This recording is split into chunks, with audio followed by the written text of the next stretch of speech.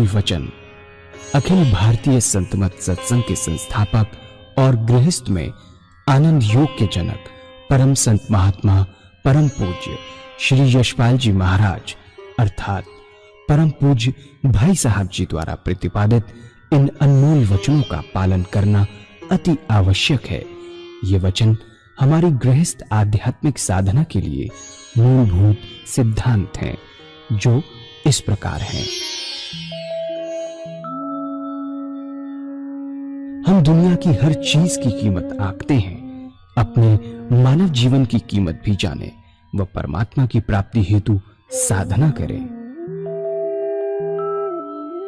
मनुष्य योनि एक उपहार है, इसीलिए परमात्मा को धन्यवाद देते हुए आधा घंटा प्रातःकाल, आधा घंटा सायंकाल पूजा अवश्य करें। सत्संग, सतनाम व सद्गुरु को प्राथमिकता देते हुए इसी के आधार पर ध्यान योगाभ्यास अवश्य करें व गृहस्थ के कार्यों को परमात्मा का कार्य समझकर उसी की याद में संपन्न करें। हर समय ये ध्यान रहे कि गुरु कृपा द्वारा परमात्मा की पवित्र सत्ता का हमारी आत्मा में वास है, अतः मन में निरंतर अपने इष्ट देव का जाप करें। मान सम्मान की इच्छा न करें व अपमान से दुखी न हो। परमात्मा के अतिरिक्त किसी और का भय न करें। दूसरों की बुराई न करें, न सुने, सत्य व मधुर बोलें, अश्लील शब्द मुंह से ना निकालें, सभी से नम्रतापूर्ण व सुंदर व्यवहार करें। धर्म पत्नी के अतिरिक्त अपने से बड़ी से माता जैसा, बराबर की से बहन जैसा व छोटी से पुत्री जैसा व्यवहार करें। सांसारिक जीवन यापन की आवश्यकताएं अंतहीन है, इसलिए अधिक से अधिक समय सत्संग में व धन परोपकार में खर्च करें। याद रखें, न स्त्री माया है, न धन दौलत, न ही परिवार।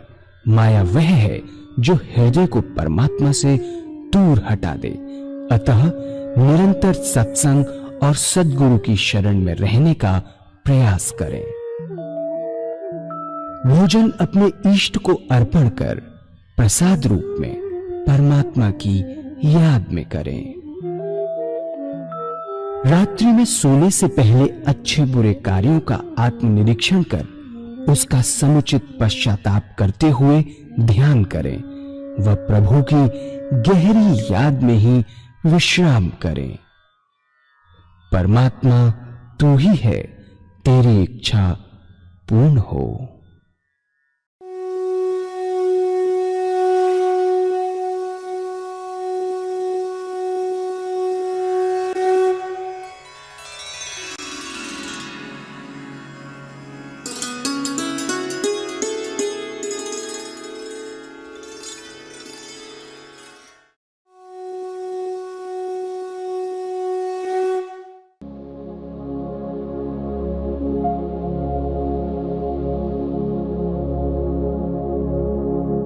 जय सद्गुरुदेव जय पद शरणं श्री यशरूप चरणों शरणं।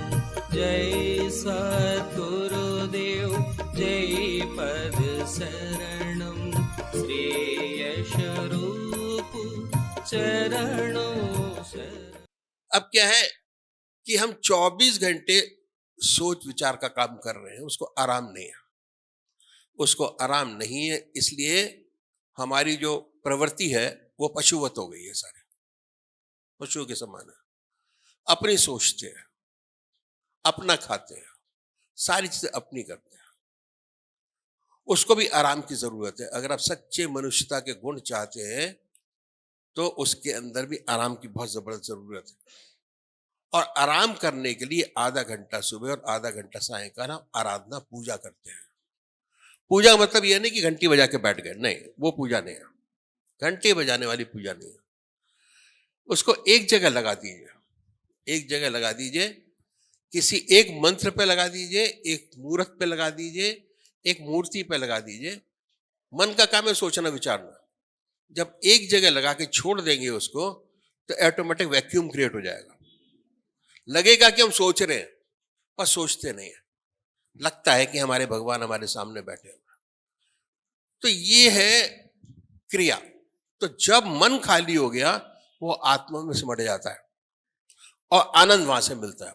जितना आनंद है वो गाड़ी में नहीं है, खाने में नहीं है, न खाने में है, न विषय में है, न वासना में है। आनंद मन के अंदर है, आत्मा में है। वहां से आपको आनंद मिलता है। इतना आराम, इतनी पीसफुल लाइफ रहती है कि आपको समय का पता ही नहीं लगेगा कि आपने कैसे समय व्यतीत किया। उसके लिए जो पूजा है घंटी वाली नहीं, हमको मेडिटेशन में जाना पड़ेगा।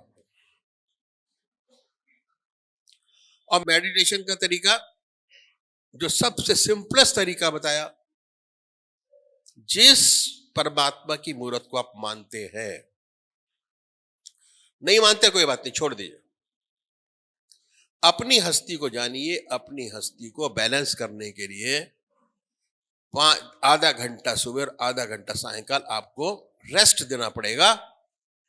मन को, शरीर को रेस्ट दे दिया 8 घंटे। मन को अगर आप आधा घंटा सुबह और आधा घंटा सायंकाल 1 घंटा रेस्ट देंगे तो आपको 24 घंटे की एनर्जी आपको प्राप्त होगी। एनर्जी है, this type of energy, positive energy, positive विचार। और उसके लिए सबसे बढ़िया तरीका बताया कि बहुत सारे तरीके, एक नहीं, बहुत से साकार रूप मानते हैं, कोई निराकार मानते हैं, और ये बहुत पुराने जमाने से चले आ रहे हैं। अगर आप अपना इतिहास उठाकर देखें तो हम जितने लोग बैठे हैं सब मुनियों और ऋषियों की संतानें हैं सारी, अगर पूरी हिस्ट्री उठा के देखें तो। क्योंकि हमारा देश जो है आध्यात्मिक देश शुरू से रहा है और सब लोगों ने बड़े आराम से साधना की है। अब क्या है, उस पर अगर आपने गीता पढ़ी हो तो भगवान श्री कृष्ण ने 4 विशेष बात बताई। पहली आहार की शुद्धि, दूसरी विहार की शुद्धि, तीसरा अभ्यास और चौथा वैराग। जब तक मन कोमल नहीं होगा तब तक अपने इष्ट की सच्ची प्राप्ति नहीं होगी। जब तक मन आपका आपके इष्ट के चरणों में नहीं लगेगा, मन में आपके शांति नहीं आएगी, मन में आपको आनंद प्राप्त नहीं होगा, तब तक इस रास्ते पे बढ़ नहीं पाएंगे। इसलिए हमारे जितने भी 99% लोग हैं वो एक मंदिर से दूसरे मंदिर, दूसरे मंदिर से तीसरे मंदिर, शांति कहीं नहीं मिलते। क्यों? रास्ता वो शांति का है ही नहीं। शांति का रास्ता बड़े आराम से बैठिए। जिसको मानते हैं, जिस मूर्त को मानते हैं, उसकी मूर्त अपने सामने बनाइए धूप दीप जला के, बड़े आराम से, बड़े प्यार से बैठिए, बड़े प्यार से देखिए, आंख मीचिए, उस मूर्त को अपने सामने बनाए कि वो सह शरीर हमारे सामने विद्यमान है। अब मूर्त में नहीं है, सूरत में नहीं है, मूर्ति में नहीं है, सह शरीर हमारे सामने विद्यमान है। अगर आप शिव भगवान को मानने वाले हैं तो अपने सामने शिव भगवान की मूर्त को बनाए। बड़ी बड़ी आंखें है, गोल चेहरा है, जटाएं है, सर्पों की माला है, जैसे पेंटर बनाता है, कलाकार। अगर उसको कहा जाए कि शिव की मूर्त बना दो तो बड़े प्यार से अपने मन के अंदर बना लेगा और जहां आप कहेंगे वहां उस मंत्र को उतार देगा। बनाए सामने। जब सामने बन जाए उसको निहारिए, बड़े प्यार से देखिए,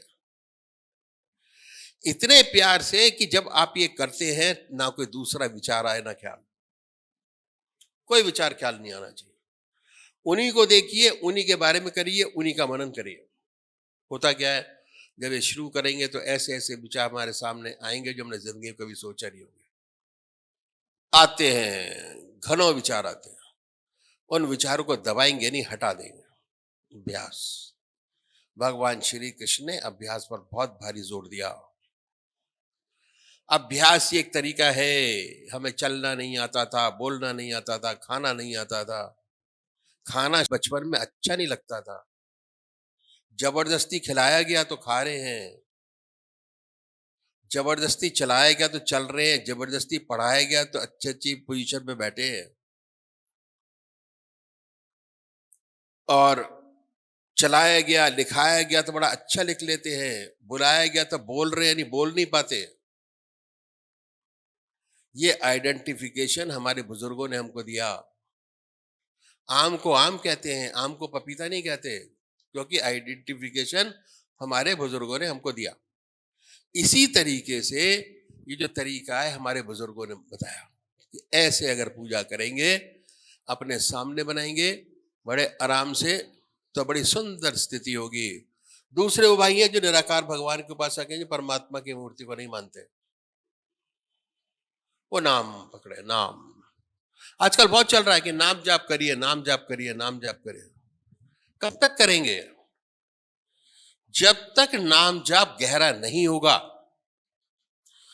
नाम जाप की गहराइयों में घुसेंगे नहीं, तब तक नाम जाप का कोई फायदा नहीं है। इसलिए मेडिटेशन, ध्यान करना बहुत जरूरी है।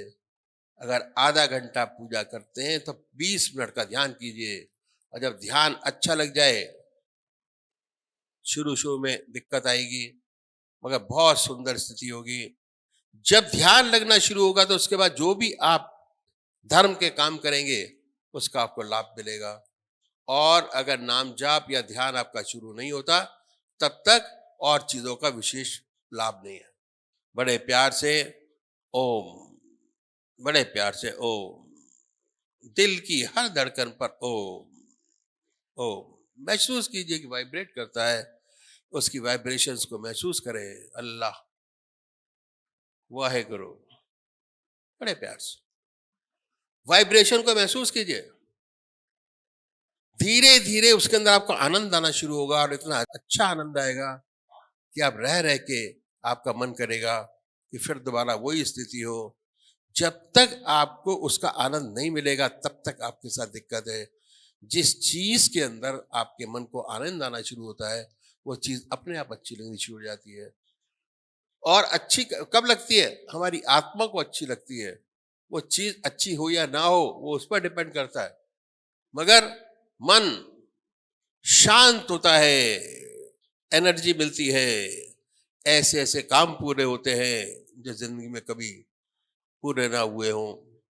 तो अभी एक भजन होगा, और उसके साथ साथ सभी भाई बहन 10 मिनट के लिए ध्यान की कोशिश करेंगे। పరమ పూజ్య గురుదేవులు ఇప్పుడు తెలియజేసింది ఏమిటి అంటే, నిన్న గురువుగారు మరియు గురువుగారితో పాటు వచ్చిన ఇతర సత్సంగ సోదర సోదరీమణులందరూ కలిపి తిరుపతి వెళ్ళడం జరిగింది. తిరుపతి నుంచి సత్సంగ కార్యక్రమం ప్రారంభమైంది. తిరుపతి సత్సంగంలో భాగంగా పైన కొండపైకి తిరుమల శ్రీవారి దర్శనంకి వెళ్ళడం జరిగింది. గురుదేవులు ఏమని తెలియజేస్తున్నారు? దర్శనంకి వెళ్ళాం, భగవంతుడిని దర్శించుకోవడానికి వెళ్ళాం, 2 గంటల నుంచున్నాం లైన్లో. కానీ పరమాత్మను చూసింది మాత్రం 2 సెకండ్లే, కేవలం 2 క్షణాలు. ఆ 2 క్షణాలు చూడటం వల్ల ఎంతో ఆనందం కలిగింది, మన ఇష్టదేవి యొక్క జ్ఞాపకం కలిగింది, చాలా సంతోషం ఆనందం కలిగింది. తర్వాత గుడి బయటకు వచ్చేసాం. వచ్చిన తర్వాత మరి మన మనసు యొక్క పరిస్థితి ఏమిటి అనేది ఎవరికి వాళ్ళు ఆలోచించుకున్నట్లయితే, గుడిలోకి ఎలా వెళ్ళామో గుడి బయటకు వచ్చాక కూడా అలాగే ప్రాపంచిక ఆలోచనలతో ఉన్నాం. ఎవరికి వాళ్ళకి బాగా తెలుస్తుంది అది. కనుక గురుదేవులు ఏమని తెలియజేస్తున్నారు? ఆ పరమాత్మ దగ్గర ఉన్నటువంటి ఆ 2 క్షణాలు ఎంత ఆనందం, ఎంత శాంతి ఆనందం కలిగిందో, రోజంతా కూడా అదే ఆనందం కలగాలి అంటే మనకి అందరికీ పెద్దలు మన పూర్వీకులు చెప్పింది ఒకటే, పూజ. గురుదేవులు ఏమని తెలియజేస్తున్నారు? మనందరం పూజ చేస్తాం, శివుడికి అభిషేకం చేస్తాం. ఎంతసేపు అయితే అభిషేకం చేస్తున్నామో అంతసేపు కూడా మన మనస్సు, మన యొక్క దృష్టి అన్నీ ఆ పరమేశ్వరుడిపై ఉంటాయి. అభిషేకం పూర్తయిపోయిన తర్వాత ఎలా అయితే గుళ్ళోకి వెళ్ళామో మరలా అలాగే తిరిగి వస్తాం. అంటే గుళ్ళోకి వెళ్ళకముందు మన మనసులో ఏవైతే ప్రాపంచిక ఆలోచనలు, చింతలు, బాధలు ఉన్నాయో, పూజ, అభిషేకం, దర్శనం అయిపోయాక బయటికి రాగానే మళ్ళీ మన మనసు యొక్క స్థితి పూర్తిగా ప్రాపంచికంలోకి వెళ్ళిపోతుంది. ఇది ప్రతి ఒక్కళ్ళకి కూడా ఎవరికి వాళ్ళకి అనుభవయోగ్యంగా తెలిసిందే. కనుక భగవంతుడిని పూజించినప్పుడు, ఆ అభిషేకం చేసినప్పుడు, పరమాత్మని దర్శించుకున్నప్పుడు కలిగిన ఆనందం నిరంతరం కొనసాగాలి, నిరంతరం అదే ఆనందంలో ఉండాలి అంటే పూజ అనేది తప్పనిసరి. మనందరికీ కూడా తెలుసు, మనందరం కూడా పూజ చేస్తూ ఉంటాం. గురుదేవులు ఏమని చెప్తున్నారు, మనం ఏదైనా పని చేస్తున్నాము అంటే ముందు ఆ పని గురించి పూర్తిగా 100% తెలుసుకోవాలి. మనం చేసేటువంటి పనికి సంబంధించిన పరిజ్ఞానం మనం పూర్తిగా కలిగి ఉండాలి. అప్పుడే ఆ పని వల్ల మనకి పూర్తిగా 100% లాభం కలుగుతుంది అని చెప్తున్నారు.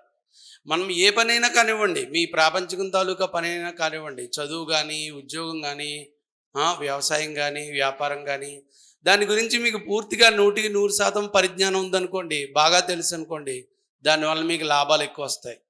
ఆ పని వలన మనకు కలిగే లబ్ధి చక్కగా చేకూరుతుంది.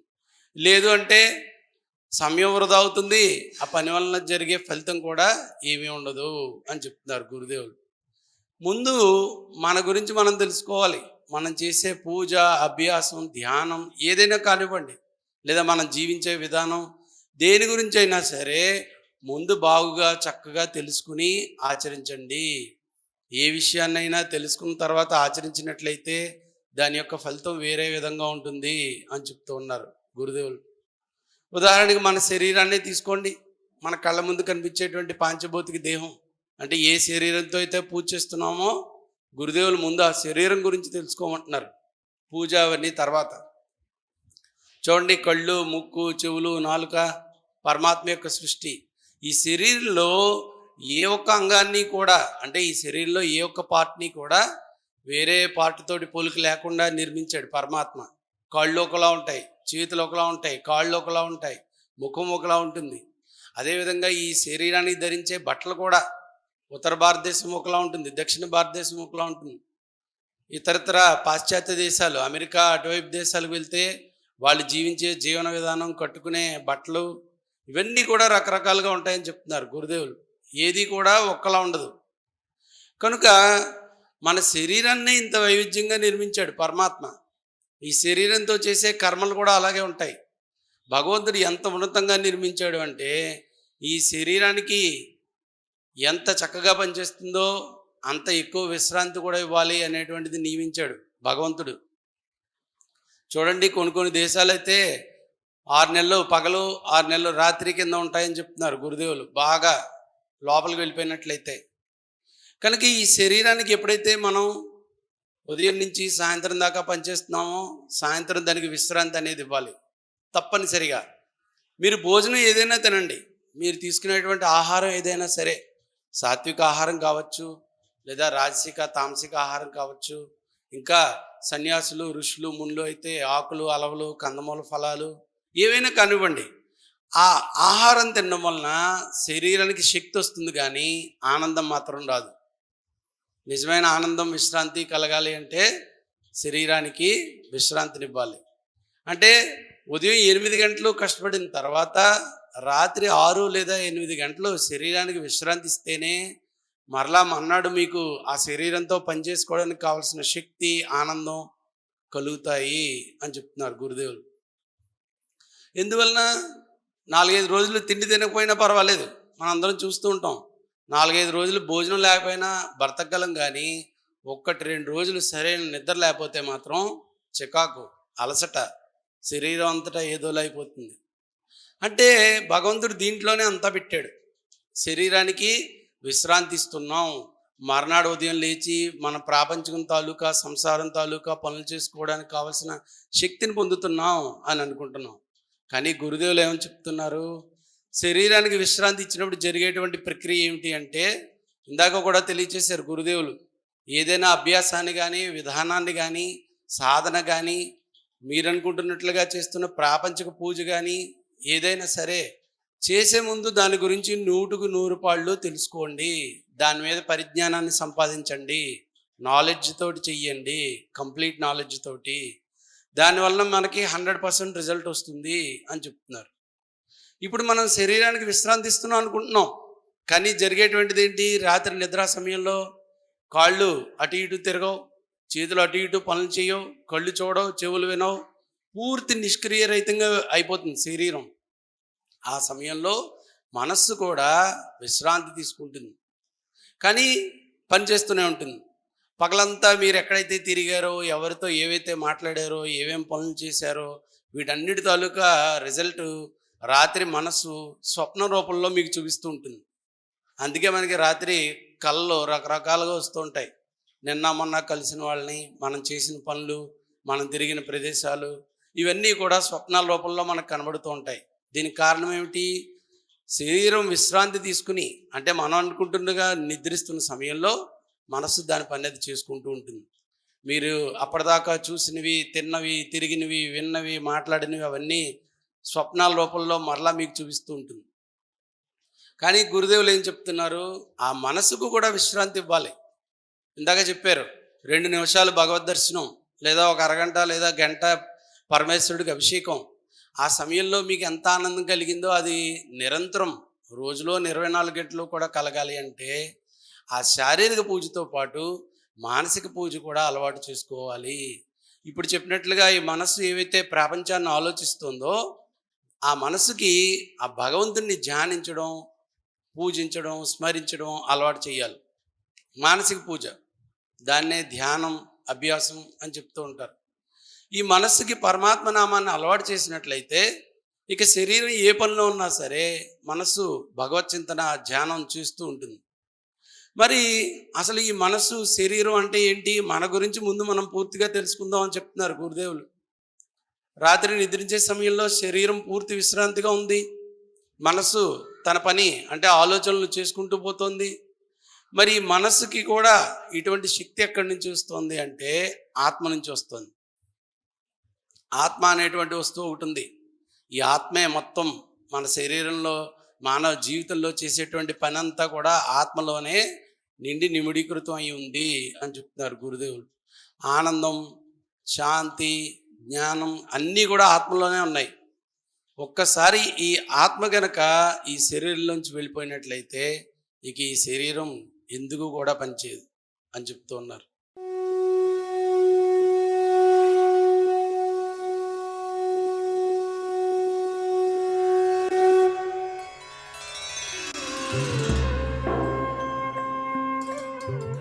ध्यान योग के कार्यक्रम आनंद योग से निशुल्क जुड़ने के लिए संपर्क करें 9810239677।